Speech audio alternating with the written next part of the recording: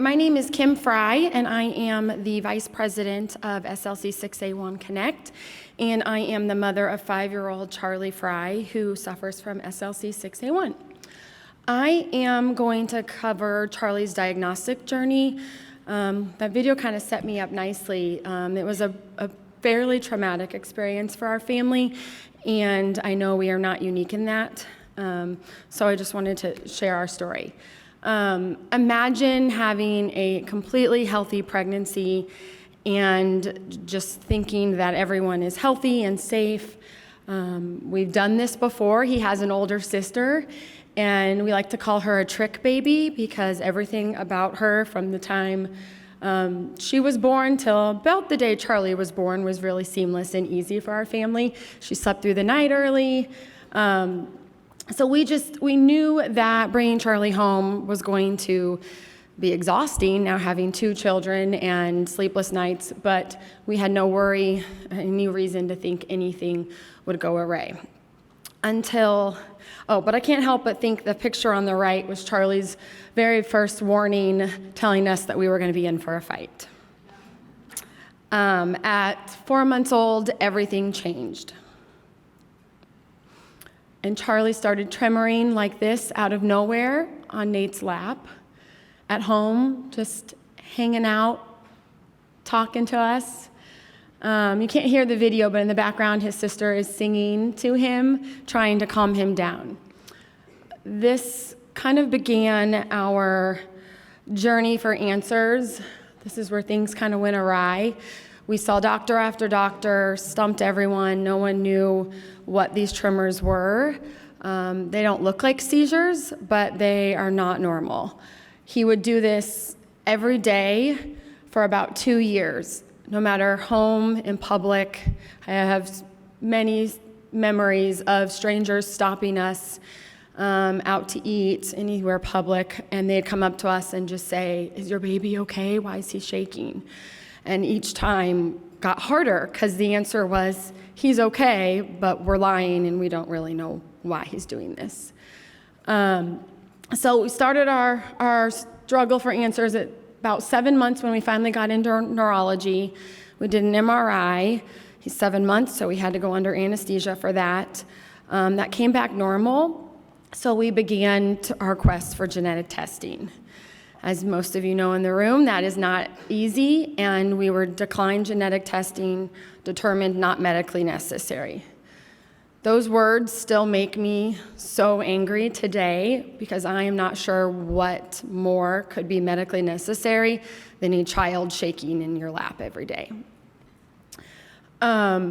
With that, we kept hitting walls, appeal after appeal. Finally, our neurologist suggested maybe we do a spinal tap. And desperate for answers, naive, we said, sure, why not? So now, before he's 15 months old, he's going under anesthesia for the second time, looking for answers. By this point, we have watched Charlie miss milestone after milestone that his sister met with ease, without even a second thought. He doesn't use his hands. He struggled with pretty much every step of the way. By the time he's 2, he has very few words. We're just very concerned about what kind of life he's going to have. We keep trying, but keep getting denied. And at this point, everyone around us is ready to quit. Our doctors, our therapists, everyone is just saying, maybe he'll grow out of this. Maybe we just need to wait and see how it goes, but insurance isn't allowing genetic testing. While our family was debating whether or not we bite the bullet and just pay for this genetic testing ourselves, I took a new job. And with that, we get a call from our genetic counselor that they have a partnership with Invitae, and we can get genetic testing done at a reasonable price. I could do a whole TED Talk on Invitae and our love and appreciation for Invitae because they really changed the course of our life. But to be honest, when I got that call, I wasn't very trusting. You learn to just be disappointed one after another, and that was one of those times when I wasn't sure. But it came through, And as naive as we were to think that maybe this would just be some vitamin deficiency or some minor thing where he'd get a pill every day and we'd move on with our lives, we were very mistaken. And on August 22nd of 2019, I received a call that was the most devastating call of my life. The genetic counselor explained to me that he had SLC6A1, and at this time, they only knew of 32 patients in the world with this mutation, and he was one of them. They knew nothing, and they would learn from us, and that seizures were only a matter of time, and not an if anymore.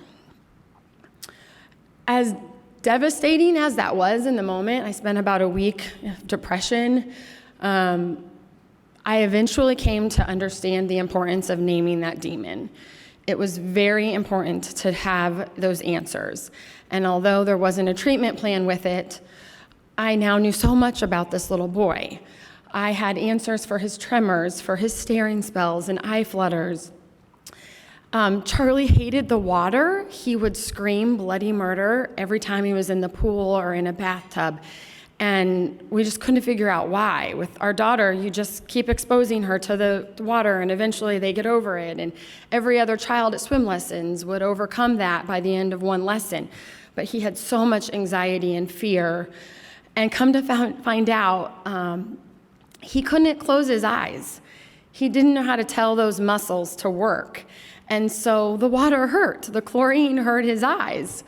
And that wasn't something that I could even begin to wrap my head around or understand. I looked at him differently. Every struggle he had, I tried to break it down and help him learn new ways. So even still today, he's 5, and we practice closing his eyes every time he's in the bath. And he can kind of now do it. He squints, but it's not easy for him. But just being able to forge a path forward and start making a plan. We've improved his quality of life by the care we're able to give him. He's now on Medicaid, and he can have unlimited therapies. We were about ready to go bankrupt trying to keep up with the therapies that were needed for him, but this diagnosis helped us with that. It's allowed me to join forces with Amber and play a huge role in our fundraising efforts and be a part of the natural history study and participate in Ravicti and just meet doctors like Dr. Goodspeed who have really improved our life day to day.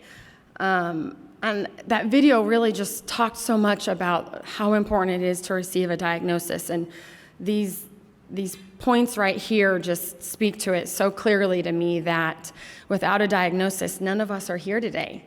SLC6A1 Connect doesn't exist. If Amber did not receive this genetic testing and this horrible diagnosis, we're not here today. We're not solving these problems. We're not creating treatments and therapies for these children, and we're all just living pretty difficult and depressing lives. I know I'm speaking to the choir in this room, but I just want to continue to remind everybody that answers matter. They really mean something to our families. They allow us to pull our resources together and develop treatment and be that change. And today, Charlie is thriving on Ravicti and other medications for his challenges, and that wouldn't be the case without that genetic testing. So I am a huge advocate that everyone should be able to have genetic testing because we wouldn't be where we're at today without it. So thank you.